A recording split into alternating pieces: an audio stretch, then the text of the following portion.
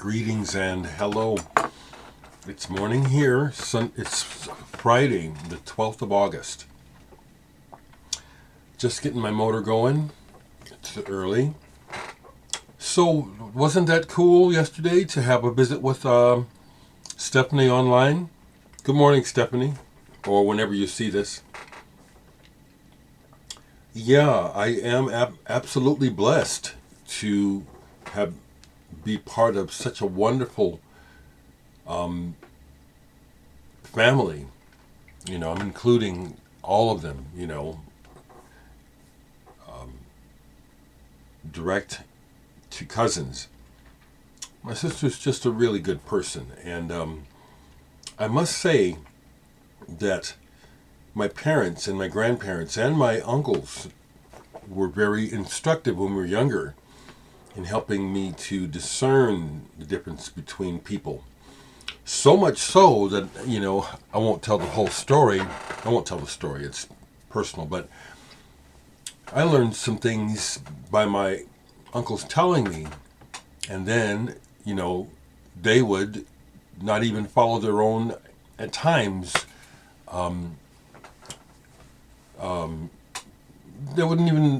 they would lose track of their own knowledge, mainly because of alcohol.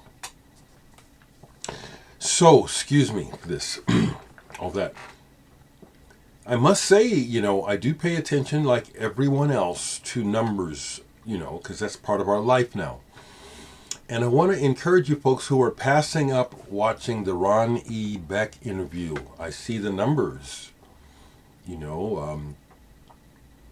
usually my videos within a day, there's been at least 1,000 people viewing them, and people aren't watching the Ron E. Beck video. I can only surmise that the primary focus and attraction of the channel is me reviewing records. So I understand if people are not interested in the interviews. But I'm telling you, you're missing out, okay? Ronnie Beck is a fantastic person. Once again, someone I'm very glad to have in my corner. Speaking of that, I talked to Dagmar Krause a few days ago. I was going to pull. Can I quickly? Yes.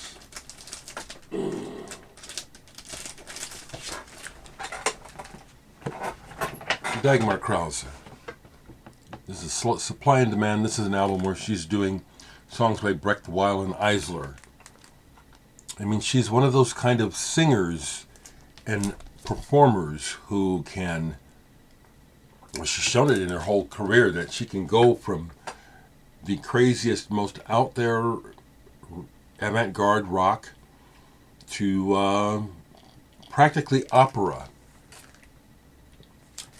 She got back to me, and she was really worried that I would take it personally. But she said, I just do not like interviews, never have, and I just don't want to do them. And I told her, you don't have to worry about me being reactionary like most people. I told her, even without knowing you well, you really do feel like my friend, and I understand. So you take care. And so no Dagmar Krause coming up. I'll tell you, it makes me value our friendship and the fact that she's accepted me into her inner circle even more so. I really appreciate it. Haven't heard back from Richard Barbieri, but I can see by what's happening on the internet that he is very busy preparing for the Porcupine Tree tour. So if he speaks before the tour, during it, or after, it's fine. It's up to him. Okay? So I got a call from Grapefruit, because I had been avoiding that place for a month. I hadn't been to Grapefruit Records for a month because, like I said, of the blowout in June. But they had ordered, I had asked them to order some stuff for me, and it finally came in. So I went and grabbed it, and a couple other things. So here's some music for you folks, okay? Oh, also, I don't know that I'll post this weekend. I may, but I have a show tomorrow with David Nance. Mode Sound is what we call it. We're playing at the Pet Fest Music Festival here in Omaha. We're on tomorrow night at 8. And then I'm on the radio Sunday morning. I'll leave the link because the podcast is online now, I'm pretty sure. Either way, I have a link to it. You can listen to me on the radio in Omaha, locally on KIOS, Sunday morning at 9 on Stewart's show. I forget the names of it, something about lives. Okay. So when I went down to pick up my special orders, they had gotten this in, and this is Jackpot is obviously a reissue label that is I'm seeing more of their stuff lately and have bought a few things. I'm liking the quality. I don't know if it's legal licensing. It appears to be. But this is the West Coast Pop Art Experimental Band's first album. I have original copies of their other two albums. I had just been missing this one. And I wanted to go ahead and complete the set, and it's color vinyl. I'm enjoying this. Okay, I just need to say that for those who may be watching who are down on how the industry is exploiting colored vinyl to get more sales. I see that clearly. I'm having fun with the colored vinyl. I like it, and so I buy it when I want to. But I understand the naysayers about, they put one extra track on it and they put it on a pretty colored vinyl, and now you got to have it. I understand that criticism. Something else you haven't heard me talk about is Mo-Fi, because I don't give a fuck about Mo-Fi. This came in. This isn't what I ordered, but her new album, which I'll show in a second. Moor Mother. This, I think, is like her third album. Analog Fluids of Sonic Black Souls. Pardon me with my funky pronunciation. I'm just going to lay it out there. For me, two of the most dynamic and interesting artists today in the music world are Black Midi and Moor Mother. To me, they are kind of head and shoulders above the crowd with what they're doing. Moor Mother strikes a deep chord in me with her words, how she portrays her sense of injustice regarding racism and sexism. And it's like she has somehow been able to pull energy from our ancestral DNA regarding slavery and just the decades of injustice and brutality towards my people and towards women and people who are sexually outside, the old mainstream. Moor Mother is incredible. And the music settings that she chooses are just fantastic. And I could go on. I was just listening to Black Midi the other day after turning Nick onto it. It refreshed my focus, and I've been listening to their last two albums, and they are incredible.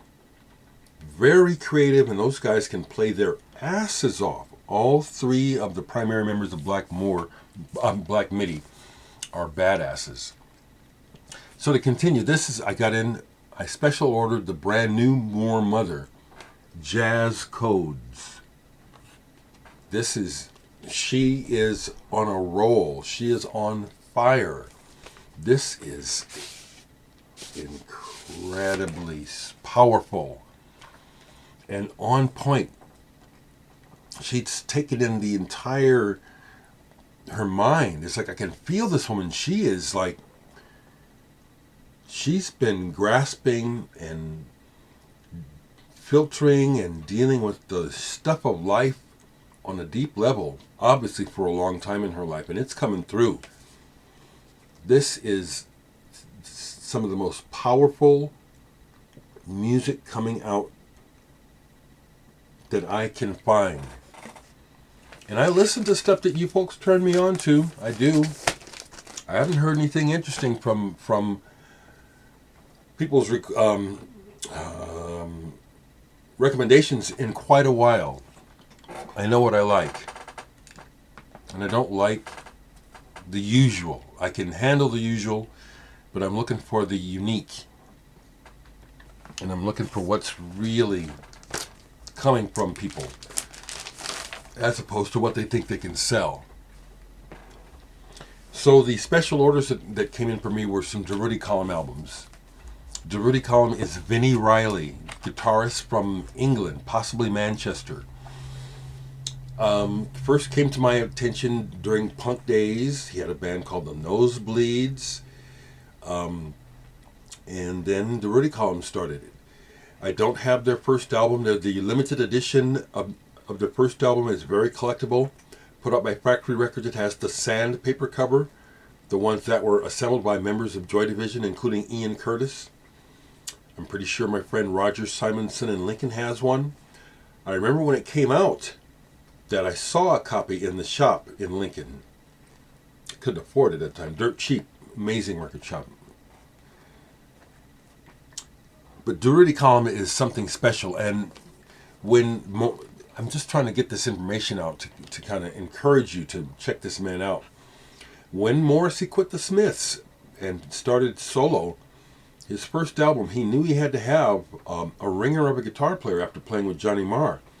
He had to have something special. So Vinnie Reilly helped write the first Morrissey solo album.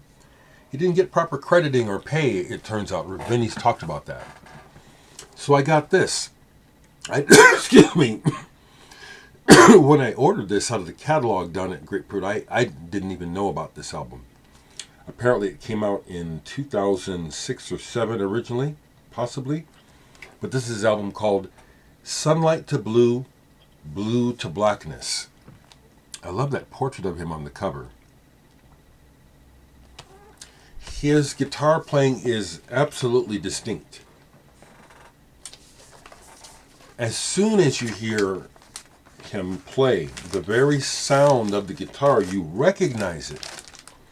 He's one of those kind of players and musicians that his sound is complete.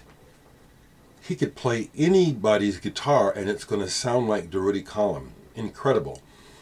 I can think of a few other guitarists like that, and we're talking going back to people like Django Reinhardt, Wes Montgomery, Jimi Hendrix. You know what I'm talking about. Pousseur. The way they touch those strings, you know who it is immediately. Durutti column is exceptional. This is the other album that I special ordered. I'm so glad they got this in for me. Keep Breathing. This is fantastic. This is something special.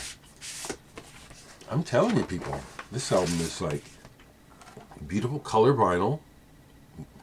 Didn't matter to me that this record, his other record is on colored vinyl too. Didn't matter. It's the music for sure. This album is, oh man.